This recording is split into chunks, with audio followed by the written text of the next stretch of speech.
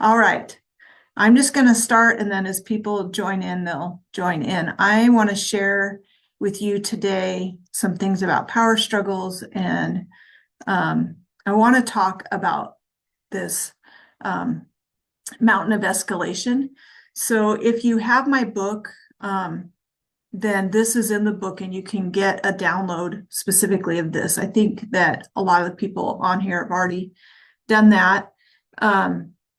But and in the book it gives explanation about this, and then in my coaching programs I refer to this a lot, and I refer to it in the playroom a lot. And so I wanted to go over this because the thing is that the kids that you're talking about, like, they are great at getting into power struggles, and so the Mountain of Escalation is to keep you out of power struggles, but it also is about regulation. And those are two skills that our kids, like, that we need help with, and that we, this is not about them just being willfully disobedient, or that whether they can do it and they're just choosing not to do it. This Mountain of Escalation kind of gives us a basis of understanding of what's happening, but also, like, we have to understand in the power struggle, like, we as the adults, like, as hard as it is sometimes, like, we're the ones that have to step away, because if we look at a power struggle like a tug of war, and we know we can overpower our kids for the most part, not as they get older a lot of times, but we're in this tug of war.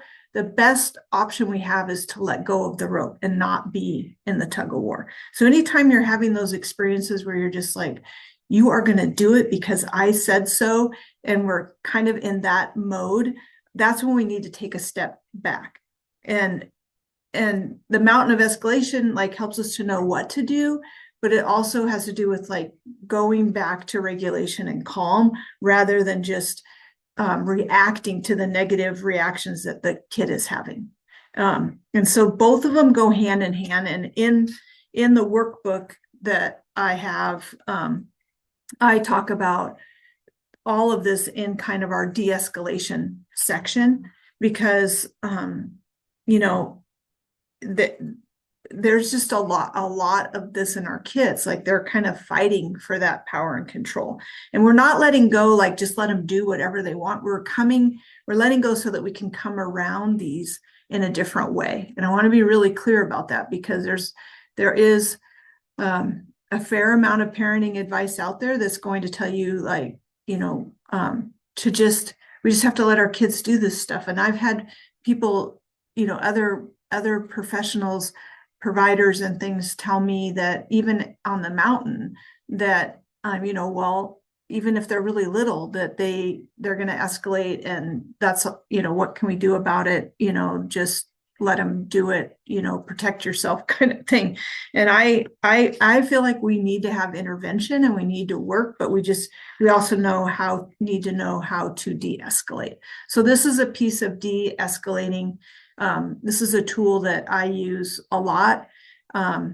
It came out of a few different trainings that I had over the years, and developed more into this. And one of the reasons why I really like this, and I encourage parents to get the download, and I believe it's in the Playroom app also, and make a copy of it and put it where you can see it. Put it on your refrigerator. Like, you can refer to this. I had one parent that kind of colored it with the colors they use at school, of, like, when you're in the red zone, some things like that.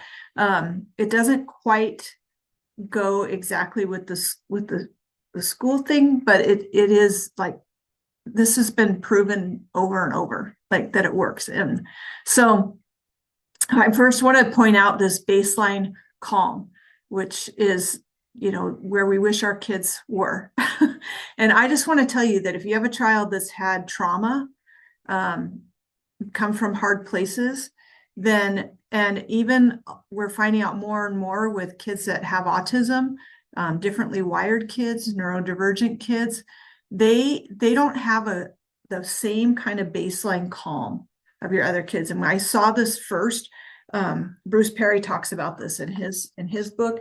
I saw this a lot with with kids that had trauma, their resting heart rate is 2 to 3 times higher than a normal child's resting heart rate. So I want you to just think about that. That's when they're resting. That's when they're calm. A lot of kids with autism are very restless even when they're sleeping. And so they're almost always, in the low level of agitation, even when they're sleeping. That's why sleep meds can be so helpful, because their body gets to shut down and rest. And that's really important for all their other behaviors throughout the day. So I'm not against something to help them at night to sleep. And hopefully you can use something like melatonin, but some kids that doesn't override kind of that low level of agitation. But when they are, whatever their calm is, they may be sleepy. They might be able to play quietly. They might be in there imagining. Some kids with reading, even if they're reading upside down, as far as like on the couch with their head on the upside down, is reading right. But I've seen a lot of boys that need different movement. Then this is when you might be able to cuddle with them. We get to as close as we can to baseline calm when we do a calm +5. That's why we hold that calm for 5 minutes. You may be able to sit quietly with them, talk softly. This is when you might have some teachable moments.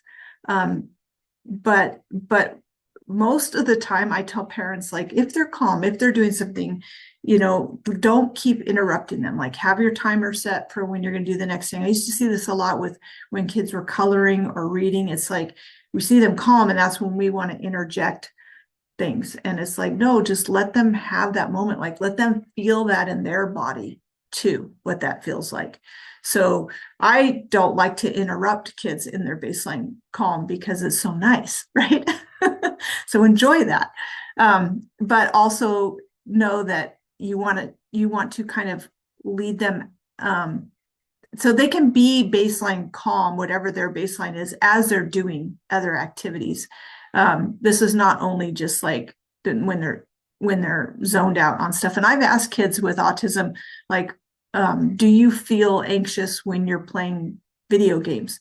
And they have told me yes, because their brain is like moving, they're trying to do it correctly, all of these things. That is not calm when they're zoning out on something. And watch it for yourself, because I know I'm guilty of this, that I will, especially after a hard day or whatever, it's like, I just want to zone out, and I'll, do scrolling, or I'm, watching a show. And sometimes I need that, but it's also good to recognize, like, that's not a true calm. That's something different. And to have those times when we know how to just be calm. Do a calm +5 for yourself and see. I mean, as your child's doing it, for sure, you need to be even more calm than they are, so that their brain can copy your brain.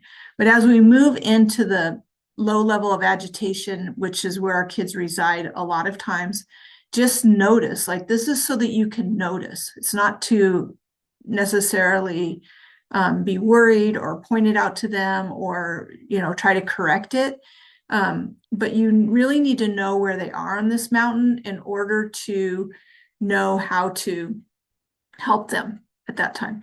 Because most of our kids reside in this low level of agitation, they're mildly frustrated all the time. So they're not really going from 0 to 60 in a nanosecond. They're already maybe at 30 or 40% of the way up the mountain. And that's why we limit choices. We redirect to the positive. We offer that support. And the higher they are in the mountain, the closer we have to be to offer that support. If they're calm and they're playing, like, you can be nearby, but you might be able to get something done, for a minute. But just be aware that doesn't last very long, and that they're going to need your presence. They need your brain to be there. And it doesn't mean also that you're not experiencing some of this low level of agitation, that you may need to take care of yourself too, and be able to, like, I can't handle that right now. That's too many questions.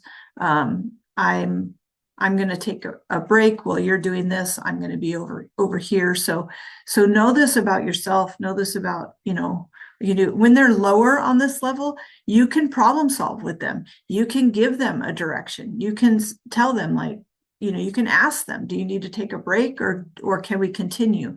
They can answer things like that. And that's one of the ways you can kind of tell where they are on this mountain, because of their ability to ask questions, or handle options and things like that. I've seen a lot of kids that are low level agitation when we give them too many choices or open-ended choices, like, what do you want for a snack? And they start, like, I can see them ramping up when I'm there. So I want you to be able to notice that too.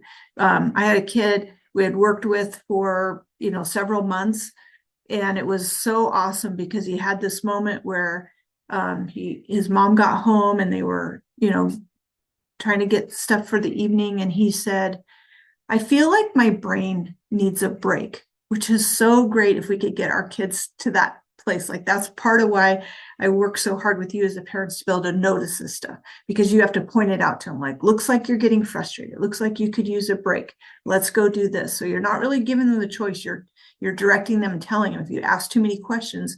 And the mom caught herself because she was like, okay, that's great. Good.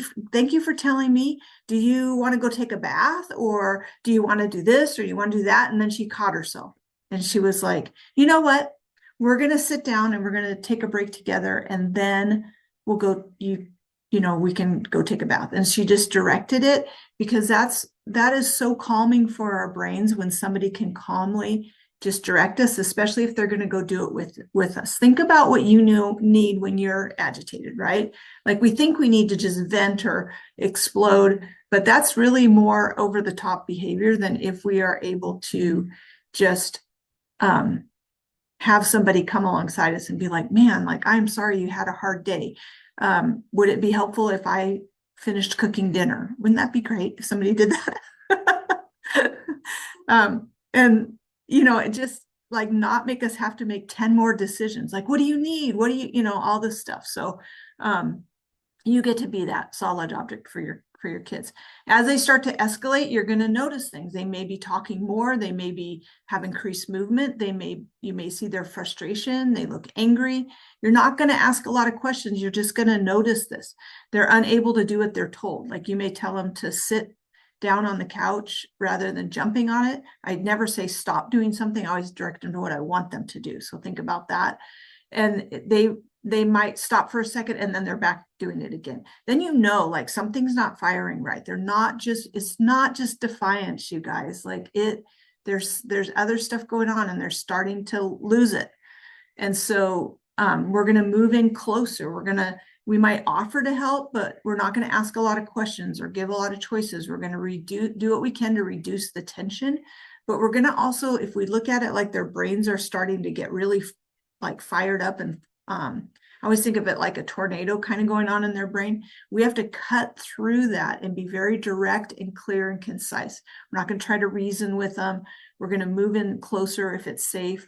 We're not going to threaten. We're going to be calm, set limits, stay out of the power struggle, and help them to regulate. And call for a break, or call for a calm +5. You're not going to ask them, do you need a calm +5? It's like, I tell you what their answer is going to be. We're going to say, we're going to do a calm. We're going to do a calm +5. And if you haven't worked with me, you might not know what a calm +5 is. It's in the book. But that's where you might need some extra coaching on how to do this. If you have a kid that's in this escalating behavior all the time, like, please get one of the coaching packages and get the extra help, because you really need it. Over the top, in my program, like, I am able to help parents to help ride this out. Like, we want to ride out this behavior. We want to be as close as is safe, but we may have other children and animals go to safety. My dog always just went to safety. Like, he was like, I could tell what mood my son was in by if he was laying by him or not, and even other kids that would come through my office. He loved being a therapy dog. But if people were angry, even adults, he was like, see ya. He might come over by me, but he wasn't going to go by them. So you want to make sure that, like, you're not going to argue with them. You're not going to try to talk them out of this behavior or try to reason with them. And they may sound reasonable in some of the stuff they're saying, but you're just going to be clear and calm. You're going to write it out. Put whatever safety measures need to be in place. You might have to call for help. If you're having a lot of this escalating and then over the top stuff, like again, like you need that additional help.